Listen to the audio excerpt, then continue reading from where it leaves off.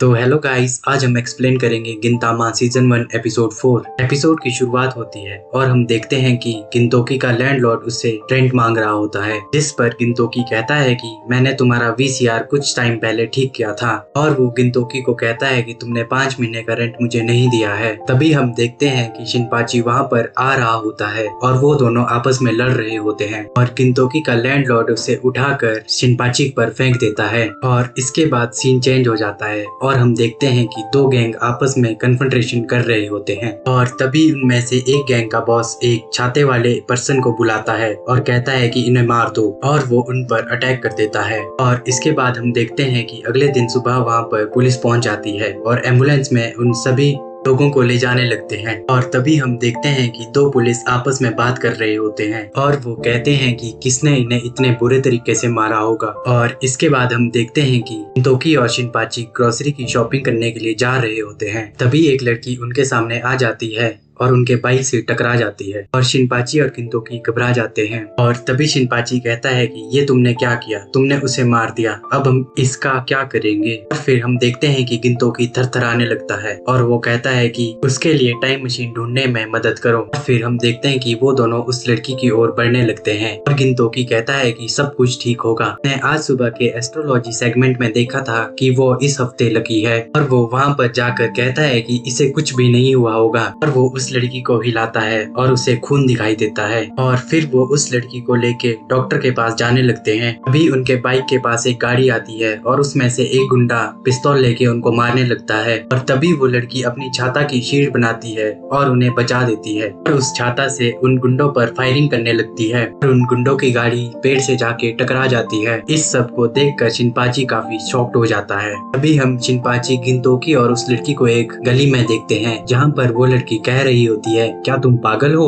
और मैं स्कूटर से टकराने से नहीं मर जाऊंगी। वो कहती है कि ये घाव उसे इन गुंडों के गन शॉट्स की वजह से हुए हैं और ये घाव ठीक हो गए हैं। और इस पर गिनतोकी कहता है, क्या तुम खाने में ग्लू खाते हो। और वो उस लड़की को कहता है कि तुम अब ठीक लग रही हो, अब हमें जाना चाहिए। और तभी गिनतोकी और शिनपाची स्कूटर पर बैठते हैं और वहाँ से जाने लगते हैं। वो स्कूटर आगे नहीं बढ़ रहा होता है क्योंकि उस लड़की ने उसे पीछे से पकड़ा हुआ होता है। फिर गिनतोकी शिनपाची को कहता है कि क्या तुमने अपना वेट बढ़ा लिया है। वो लड़की कहती है कि तुम एक जवान लड़की को कैसे छोड़ सकते हो, के पीछे याकुजा पड़ी हुई है। और तभी गिनतोकी कहता है कि वो अंदर से एक लड़का है। वो कहता है कि हम इस कंट्री में लोगों को लड़कियां नहीं कह सकते जो स्कूटर को एक हाथ से रोक लेते हैं, हम उन्हें गोरिल्ला कहते हैं। और तभी वहाँ पर गुंडे पहुंच जाते हैं और वो लोग वहाँ से भागने लगते हैं। तभी शिनपाची उस लड़की को पूछता है, ये लोग कौन है। तभी वो लड़की कहती है कि ये याकुजा के मेंबर हैं। और वो लोग उस गली से बाहर निकल जाते हैं। दौड़ते हुए गिनतोकी उससे पूछता है कि तुम कौन हो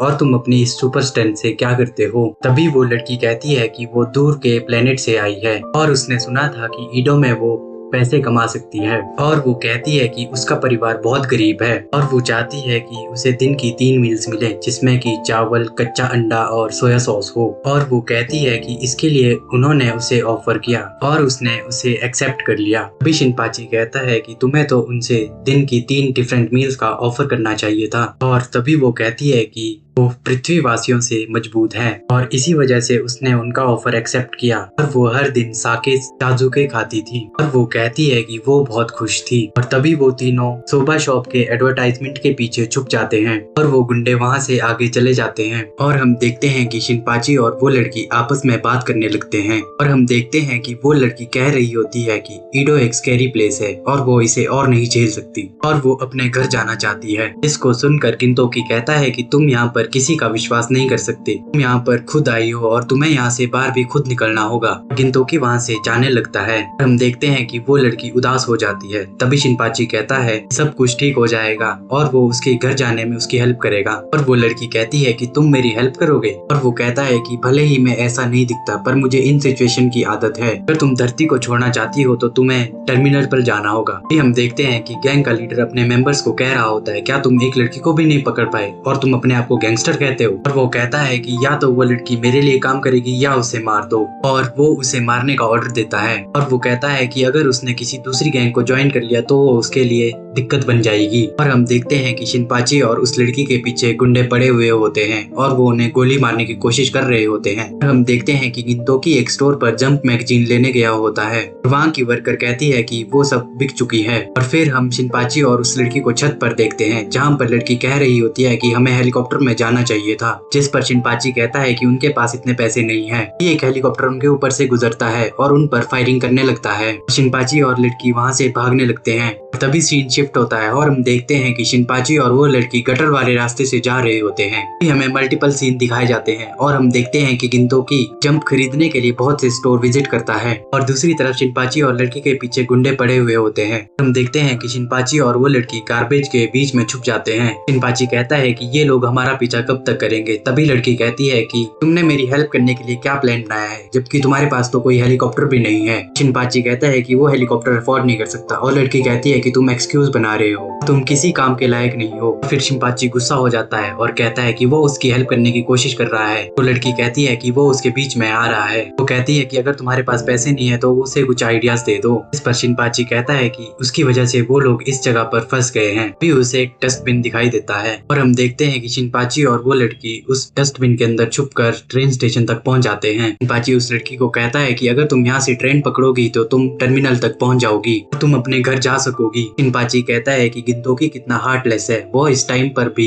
जंप मैगजीन को ढूंढ रहा है। और वो लड़की कहती है कि उसे फर्क नहीं पड़ता, ईडो के सारे लोग ऐसे ही हैं। और वो कहती है कि यहाँ के लोग दूसरे लोगों के प्रति बहुत अजीब है। वो कहती है कि मूर्खों को हमेशा उनके काम के लिए यूज किया जाता है। और हम देखते हैं कि वो लड़की शिनपाची की ओर देखती है और स्माइल करती है और कहती है कि वो उसे भी नफरत करती है। कहती है कि उसे चश्मे वाले बेवकूफों से बहुत नफरत है। और तभी शिनपाची उस पर गुस्सा हो जाता है और कहता है कि वो ऐसा नहीं है। और हम देखते हैं कि वो दोनों उस बिन में स्टक हो जाते हैं। अभी वहाँ पर ट्रेन आ जाती है और वो उस ट्रेन की तरफ रोल होकर जाने लगते हैं। उस बिन को कोई रोक देता है और उस बिन को रोकने वाला और कोई नहीं इनोए होता है, जो कि कागुरा के गैंग का लीडर होता है। वो कहता है कि वो उसे गुड बाय बोले बिना कैसे जा सकती है। और वो कहने लगता है कि अब उसकी मनी प्रॉब्लम्स का क्या हुआ। और वो कहता है कि क्या वो अपने पुराने लाइफस्टाइल में वापस जाना चाहती है। तभी कागुरा कहती है कि वो पैसों के लिए लोगों को पीटने से तंग आ चुकी है। वो कहती है कि उसे इस तरह से कुछ भी खाने में अच्छा नहीं लगेगा। वो कहती है कि हार्ड वर्क करने के बाद उसे राइस पर फुरिका के सीजनिंग भी अच्छी लगेगी। तभी इनोए कहता है कि क्या वो कोई मजाक कर रही है, मैं तो सिर्फ लड़ाई झगड़ा करना ही आता है। और वो कहता है कि यातो क्लैन एक बहुत ही मर्सीलेस क्लैन है, लोग इंसान जैसे दिखते हैं और ये लोग बहुत पावरफुल होते हैं और इन्होंने बहुत से प्लेनेट खत्म कर दिए हैं। ये लोग एक वॉरियर रेस है जो कि फाइट करना पसंद करते हैं। इनोए कागुरा को कहता है कि तुम इसे छुपाने की कोशिश कर रही थी, तुम्हारी छाता और ट्रांसलूसेंट स्किन ये प्रूव करती है कि तुम एक यातो क्लैन की मेंबर हो।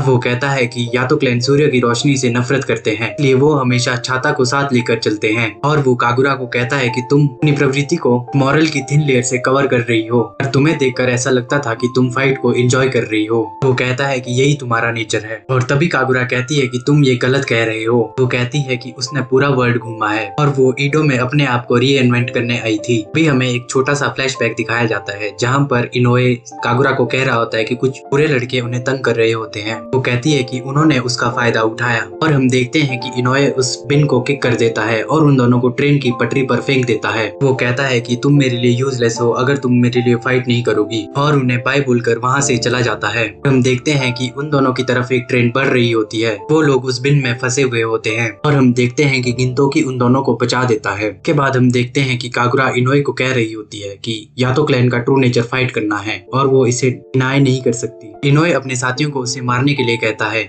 तभी हम देखते हैं कि इनोए के साथी वहाँ से भाग जाते हैं। भी कागुरा इनोए को कहती है कि उसने उससे पहली बार क्या कहा था। इनोए को उसके कहे हुए शब्द याद आते हैं। कागुरा उस पर अटैक कर देती है और कहती है कि तुम्हारे ये एफ्रो बाल अच्छे नहीं लग रहे हैं। और हम देखते हैं गिनतोकी को जंप मैगजीन मिल जाती है। हम देखते हैं कि कागुरा इनोए के बाल काट रही होती है। वो गिनतोकी को कहती है कि अगर उसने उनकी हेल्प करनी थी तो वो पहले क्यों नहीं आया। वो कहती है कि क्या वो कोई शाई बॉय है। इस पर गिनतोकी कहता है कि वो उनकी हेल्प करने के लिए नहीं आया था, वो जंप मैगजीन को ढूंढ रहा था, इसीलिए वो इस स्टेशन पर आया है। इसको सुनकर शिनपाची कहता है कि उनकी जिंदगी 330 येन से बढ़कर नहीं है। उसके बाद हम देखते हैं कि ट्रेन स्टेशन पर पहुंच जाती है और गिनतोकी उस लड़की को कहता है कि अब तुम चली जाओ और वापस मत आना। अभी कागुरा कहती है कि वो घर जाना चाहती है पर उसके पास वहाँ जाने के लिए पैसे नहीं है। वो कहती है कि वो यहाँ पर पैसे कमाना चाहती है और वो कहती है कि क्या वो उनके साथ काम कर सकती है। इसको सुनकर गिनतोकी गुस्सा हो जाता है और अपनी मैगजीन को 2 हिस्सों में फाड़ देता है और कहता है कि तुम मजाक कर रहे हो ना। वो कहता है कि मैं तुम जैसी वायलेंट लड़की को काम पर क्यों रखूंगा। अभी कागुरा दीवार पर पंच मार देती है और वो दीवार टूटने लगती है और वो कहती है अब कुछ कहना चाहते हो। और शिनपाची और गिनतोकी कहते हैं कुछ नहीं। और हम देखते हैं कि कागुरा गिनतोकी के लैंडलॉर्ड के पास पिकल्स खा रही होती है और गिनतोकी का लैंडलॉर्ड गिनतोकी को कहता है कि इस लड़की के साथ क्या है, ये पहले ही 5 बॉल खा चुकी है और ये और मांग रही है। गिनतोकी और शिनपाची उसका कोई जवाब नहीं देते और चुपचाप बैठे रहते हैं। वो वहाँ का सारा खाना खाने लगती है और उनका लैंडलॉर्ड कहता है कि कोई इसे रोको और यहाँ पर एपिसोड खत्म हो जाता है।